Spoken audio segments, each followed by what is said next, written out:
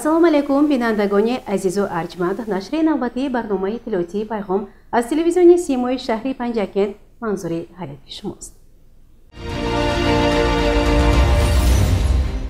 ба муносибати 28-мин солгарди рӯзи ваҳдати миллӣ дар кӯхи фарҳанги шаҳри Панҷакент ҷамъомади бошукӯҳи идона ва барномаи консертӣ баргузор гардид. дар кӯхи фарҳанги шаҳри Панҷакент 27 июни соли 2025 ба ифтихори 28-мин солгарди рӯзи ваҳдати миллӣ ҷамъомади бошукӯҳи идона бо барномаи дилангези фарҳангӣ баргузор шуд. ин чорабинии бошукӯҳи идона бо танин андоз шудани суруди миллии ҷумҳурии Тоҷикистон оғоз ёфт. муовини якуми раиси вилояти Суғд Суҳайли Қурбонзода паёми табрикии раиси вилояти Суғд, раиси шӯрои вилоятии ҳаракати ваҳдати миллӣ ва эҳёи Тоҷикистон, муовини якуми раиси маҷлиси миллӣ маҷлиси олии ҷумҳурии Тоҷикистон Раҷаб Аҳмадзодаро ба мардуми Панҷакенти Бостон ироа кард. дар ин ҷамъомади бошукӯҳ раиси шаҳри Панҷакент, раиси шӯрои шаҳрии ҳаракати ваҳдати миллӣ ва эҳёи Тоҷикистон Абдухолиқ Холиқзода пиромони аҳамияти бузурги имзои созишномаи умумии истиқрори сулҳ ва ризояти миллӣ дар ҷумҳурии Тоҷикистон, рисолати таърихии асосгузори сулҳу ваҳдати миллӣ, пешвои миллат президенти ҷумҳурии Тоҷикистон муҳтарам Имомалӣ Раҳмон сухан гуфт ва ин санаи фархундаро бо ифтихор ба ҳамагон шодбош гуфт. аз тарафи бахши фарҳанги шаҳри Панҷакент барномаи дилошуби консертӣ намоиш дода шуд. ҳамзамон дар ҷараёни ин барномаи идона ҳамагон бо паёми табрикӣ пешвои муаззами миллат президенти ҷумҳурии Тоҷикистон асосгузори сулҳу ваҳдати миллӣ муҳтарам Имомалӣ Раҳмон ба муносибати 28-мин солгарди рӯзи ваҳдати миллӣ тавассути телевизион шинос гардиданд. мавриди зикр аст ки дар қаламрави шаҳру деҳоти Панҷакент ба ифтихори рӯзи ваҳдати миллӣ як силсила чорабиниҳои идона баргузор гардид ки ин бори дигар аз ифтихори мардуми мо нисбат ба ин санаи таърихӣ мебошад. гузориши Аббос Ҳамроҳзода, Хаём Ҷураев, Шоҳҳусайн Солиҳов ва Талабшо Тошиф.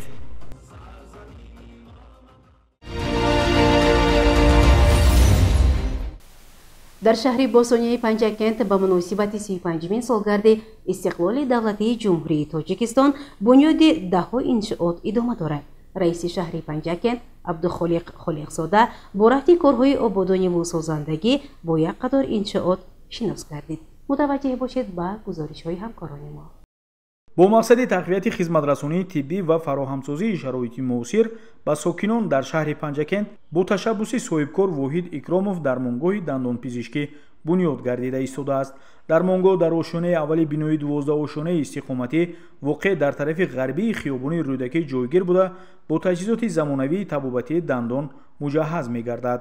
зимни боздиди раиси шаҳр Абдухолиқ Холиқзода иттилоъ дода шуд ки дар ин муассиса 13 нафар бо ҷойи кори доимӣ таъмин хоҳанд шуд. дар доираи назорати ҷараёни омодагиҳо ба ҷашни 35-солагии истиқлоли давлатӣ раиси шаҳри Панҷакент Абдухолиқ Холиқзода аз рафти сохтмони бинои нави баландошонаи истиқоматӣ ки аз ҷониби соҳибкор Имомиддин Бобоев бунёд мегардад дидан намуд. раиси шаҳр ба масъулон ҷиҳати анҷоми босифати корҳои сохтмонӣ, ободонии саҳни ҳавлию гирду атроф ва намоиши зебои бино дастуру тавсияҳо дод.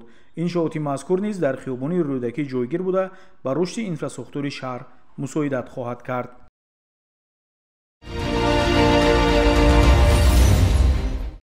дар шаҳри Панҷакент махсусан дар ҷамоати деҳоти Халифа Ҳасан ҷамъоварии ҳосили картошкаи барвақтӣ бо натиҷаҳои умедбахш идома дорад.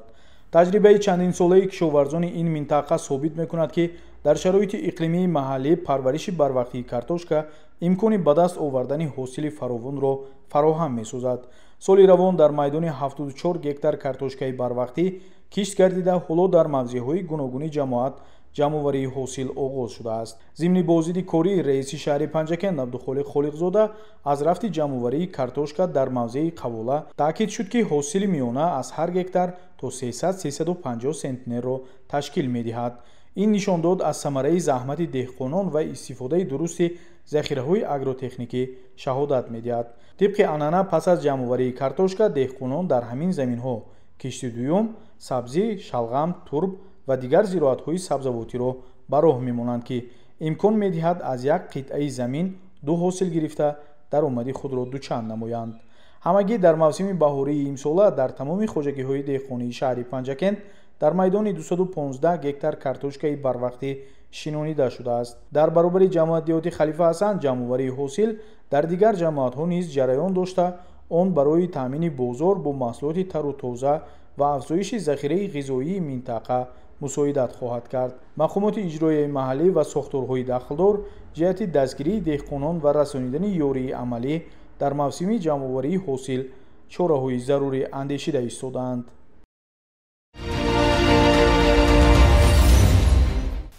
идомаи барномаи иттилоотии пайғом дар заминаи фароҳам овардани шароитҳои фароғативу истироҳатӣ барои мактабачагон дар истироҳатгоҳи тобистонаи Чиларча даври якуми мавсими нав оғоз ёфт.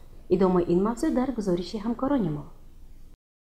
ғамхорӣ ба насли наврас, муҳайё намудани шароити мусоид ба таҳсил ва истироҳати онҳо дар сиёсати иҷтимоии ҳукумати мамлакат бо раҳнамоии асосгузори сулҳу ваҳдати миллӣ, пешвои миллат, президенти ҷумҳурии Тоҷикистон муҳтарам Эмомалӣ Раҳмон ҷойгоҳи хоса дорад ва дар ин самт корҳои зиёде анҷом дода мешавад. дар ҳамин замина бо ибтикори мақомоти иҷроии маҳаллии ҳокимияти давлатии шаҳри Панҷакент истироҳатгоҳи тобистонаи мактабиён Чиларча мавсими нави қабули мактабиёнро оғоз намуд. дар истироҳатгоҳи берун аз шаҳрии Чиларчаи шаҳри Панҷакент барои истироҳати наврасон шароити мусоид фароҳам оварда шудааст. дар чорабинии кушодашавии басти аввали истироҳатгоҳ муовини раиси шаҳри Панҷакент Мурод Шукурзода ва дигар шахсони расмӣ иштирок намуда истироҳаткунандагонро бо кушодашавии басти якум ва 28-солагии рӯзи ваҳдати миллии ҷумҳурии Тоҷикистон табрику муборакбод намуданд. дар истироҳатгоҳ барои кӯдакону наврасон тамоми шароитҳо фароҳам буда онҳо ҳамарӯза бо 3 вақт хӯроки гарм таъмин мебошанд.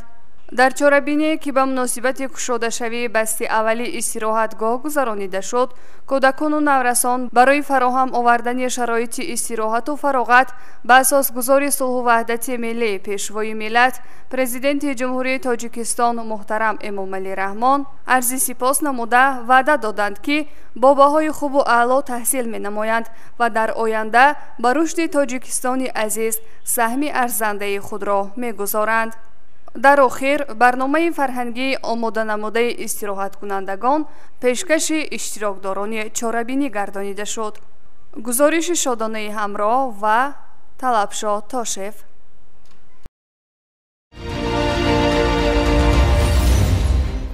бо мақсади шарҳу изоҳи қонуни ҷумҳурии Тоҷикистон дар бораи танзими ҷашну маросим дар ҷумҳурии Тоҷикистон бо иштироки намояндагони масъул барномаи телевизионӣ таҳия кардид. бо иқдоми бевоситаи пешвои миллат президенти ҷумҳурии Тоҷикистон муҳтарам Эмомалӣ Раҳмон ҳанӯз 8 июни соли 2007 қонуни ҷумҳурии Тоҷикистон дар бораи танзими анъана ва ҷашну маросим дар ҷумҳурии Тоҷикистон қабул гардида дар заминаи талаботи ин қонун барои пешгирӣ аз зиёдаравӣ хароҷоти беҳуда дар баргузории маъракаю тӯю таъзия ва дигар чорабиниҳои ғайриқонунӣ тадбирҳои мушаххас ва натиҷабахш амалӣ шуд. худи мардуми оддӣ изҳор доштанд, ки воқеан ин қонун ба манфиати мардум буд. зимни барномаи телевизиони Симо ба саволҳои пешниҳод намудаи хабарнигори تلویزیون سیما، مدیر بخش دین تنظیم جشن و مراسم مقامات اجرایی محلی حاکمیت دولتی شهر پنجکین پرویز امانزاده، سرخطیب مسجد جامع مرکزی به نام خواجه محمد بشاروی شهر پنجکین محمد امین غفارزاده جوابهای مشخص داده، همزمان از مردم دیار بوستانیمان دعوت نمودند که قانون ذکر شده را در تحریر نو که ماه ایون سال 2024 به تصویب رسید همه طرفه رعایت نمایند، زیرا مقصد و مرام قبول این قانون پیش از همه به پیشگیری از برگزاری جشن و مراسم های سرخراجات پردبدبه و زیاده روی می باشد که در اساس قانون مذکور و دیگر سندهای معیاری حقوقی برای آنهایی که قانون شکنی می کنند جزاها پیش بینی شده است. گزارش ما از سلسله مصاحبه مقیم با اشتراک پرویز امانزاده و محمد امین غفارزاده روزهای نزدیک پیشکشی شما می شود. گزارش عباس همراهزاده، خیام جورایف و طلبشاه توشف.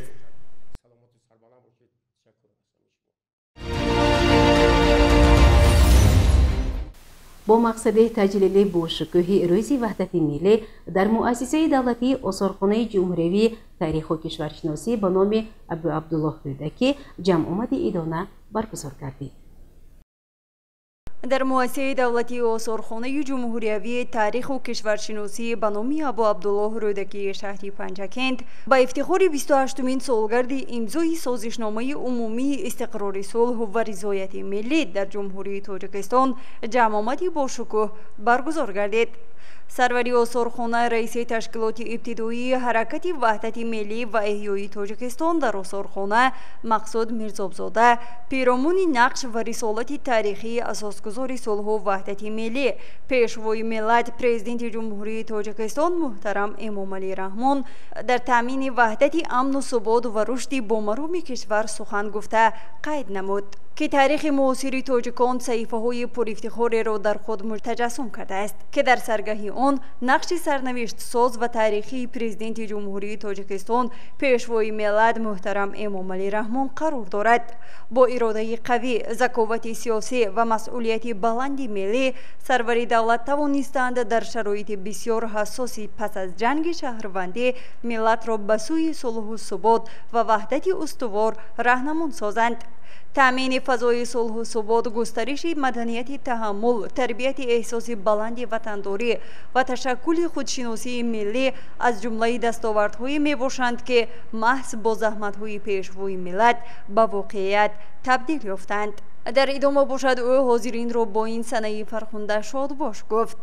معاون رئیس شورای حرکت وحدت ملی و احیای تاجیکستان در شهر پنجکین عباس همراهزاده، مدیر شعبه ترغیبات و اطلاعات کمیته اجرایی حزب خلقی دموکراتی تاجیکستان در شهر پنجکین علیشیر مطربوف، نماینده مقامات اجرایی حکومت دولتی شهر تردیبای صالحزاده و دیگر ناطقان اهمیت تاریخی وحدت ملی تاجیکان را همچون تحکیم بخش استقلالی دولتی، بقای دولت و ملت مخصوص تاکید نموده مردم تاجیکستان و پنجکین بوستان را با روز وحدت ملی مبارکباد گفتند.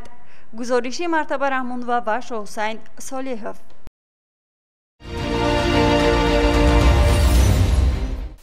بینندگان گرامی، در همینجا برنامه اطلاعاتی پیغام به پایان میرسد. برای هر یک شما تنصیحاتی را خواهیم. خیر شد پیروز باشید.